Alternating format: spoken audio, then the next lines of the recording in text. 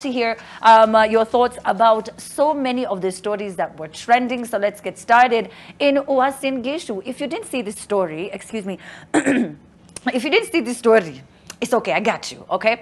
Now, Senator Jackson Mandago, Governor Jonathan B., and his Deputy Governor Engineer John Barorot found themselves in an uncomfortable position during a meeting with parents and students over the Finland education program.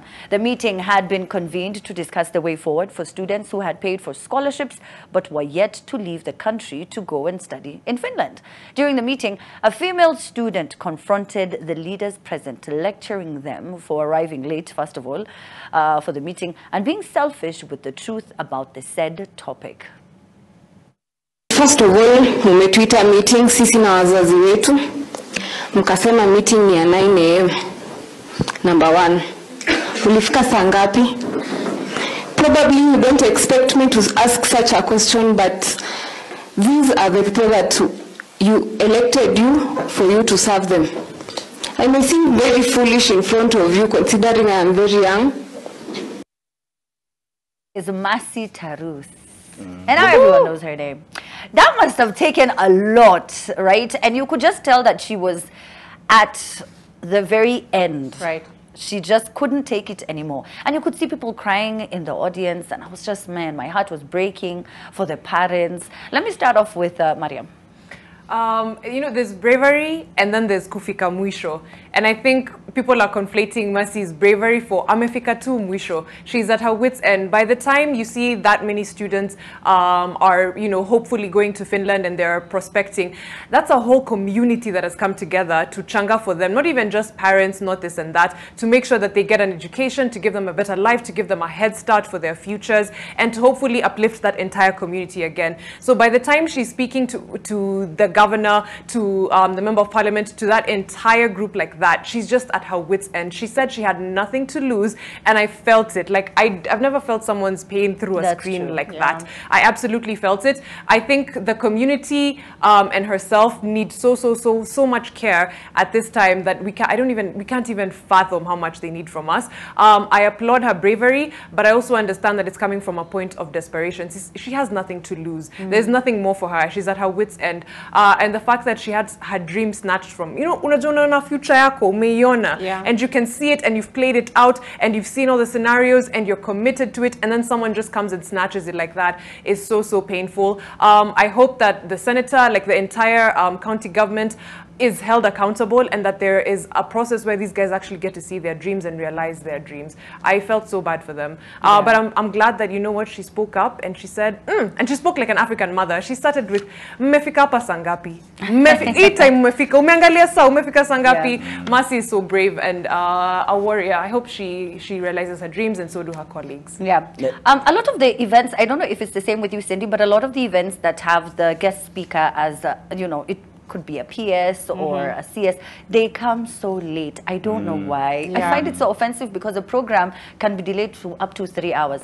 But yes, as Mariam has said, you could tell the frustration, the pain as she was speaking. Cindy, I know Kwach wanted to say something. Let me go to you, Kwach. It's who's employed who? Because that's really the question, and that's an employer asking the employee, why are you here late? Because really that's how it should be. That you told us to come here, and then tumekuja hapa na wazee kutoka asubuhi. And really it's usually the deafness to the tone and the deafness to the situation. They never read the room. Hawa ni wazee. These people have been waiting for you since morning. And also the other thing about the tone, there were people who are worried about the tone, that, oh, she was borderline rude. And what people never understand, I think especially us millennials and before, that we were raised up in situations where whether the adults were doing wrong things, you are not allowed to speak.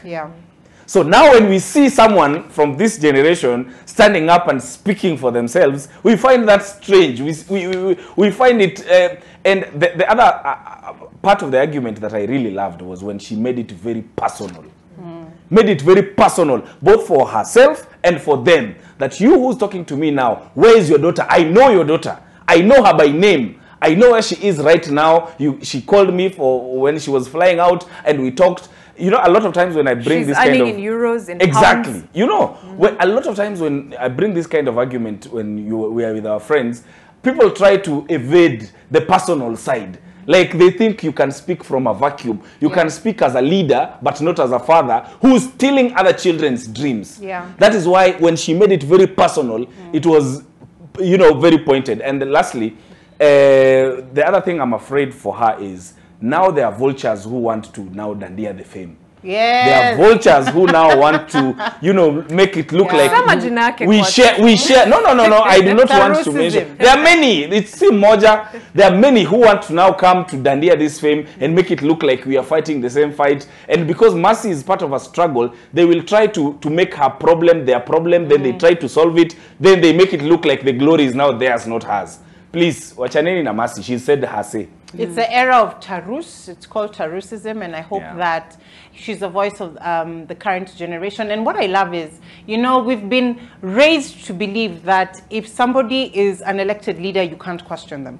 Once they're in power, they're untouchable. But she has broken that barrier to say, look, the people have power, the people have a voice, and when it's loud enough, it can, you know, it can cause an earthquake. So I really, really commend her for that. However, I think there's a bit of shame on me, Aki, with some of our leaders.